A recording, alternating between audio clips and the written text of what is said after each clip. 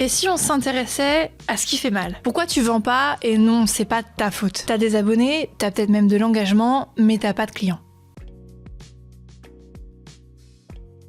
Tu ne vends pas, et c'est pas de ta faute. Tu t'épuises, mais tu ne convertis pas, et aujourd'hui, on va remédier à ça. On va s'intéresser à 3 blocages qui t'empêchent de vendre. Blocage numéro 1, t'as peur de déranger. Arrête de t'excuser d'être là, en fait. Tout le monde vend sur Instagram.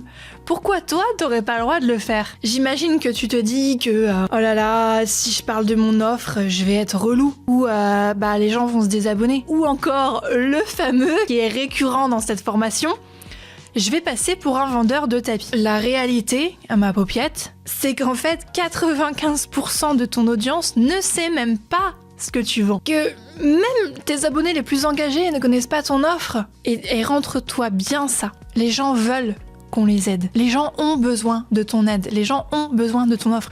Si les gens se sont abonnés, c'est que tu as déjà quelque chose à leur apporter. Arrête de t'excuser d'être là. Ça va pas forcément te faire plaisir. La vérité qui dérange, c'est que si tu ne parles pas de ce que tu as à apporter, c'est pas de la discrétion, c'est de l'égoïsme. Tu prives les gens d'une solution à leurs problèmes.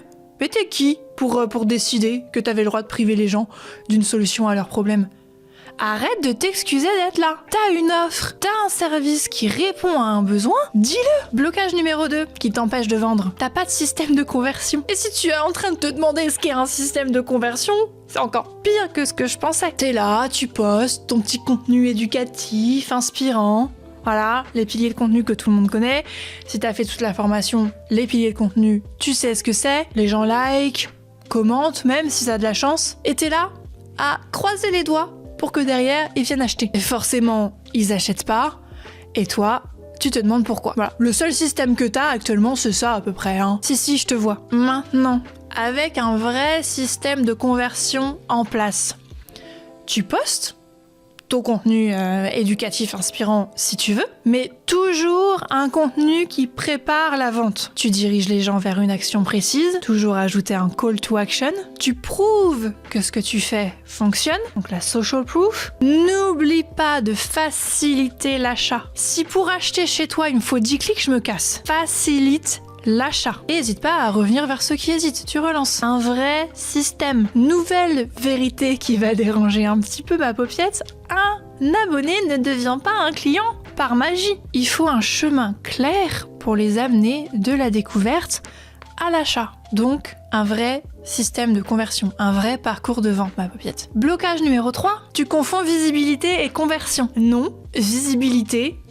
ne veut pas dire conversion. Les vues ne payent pas tes factures. Un nombre d'abonnés, un nombre de likes, un nombre de vues, un nombre de partages, ça ne paye pas tes factures. Ce qui paye tes factures, un nombre de DM entrants, un nombre de clics, un nombre de clients acquis, du CA généré. Ça paye ton loyer, ma paupiette. Les vues, ça paye pas ton loyer. Tu peux avoir 50 000 abonnés et faire peanuts par mois.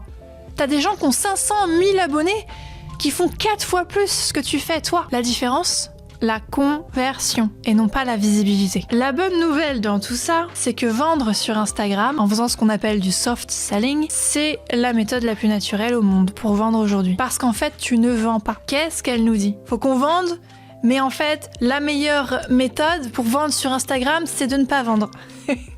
Oui, c'est un peu ça. En gros, tu éduques, tu prouves, tu proposes. C'est pour ça qu'on appelle ça du soft selling. Parce qu'en fait, tu proposes une offre à travers de l'éducation et de la preuve.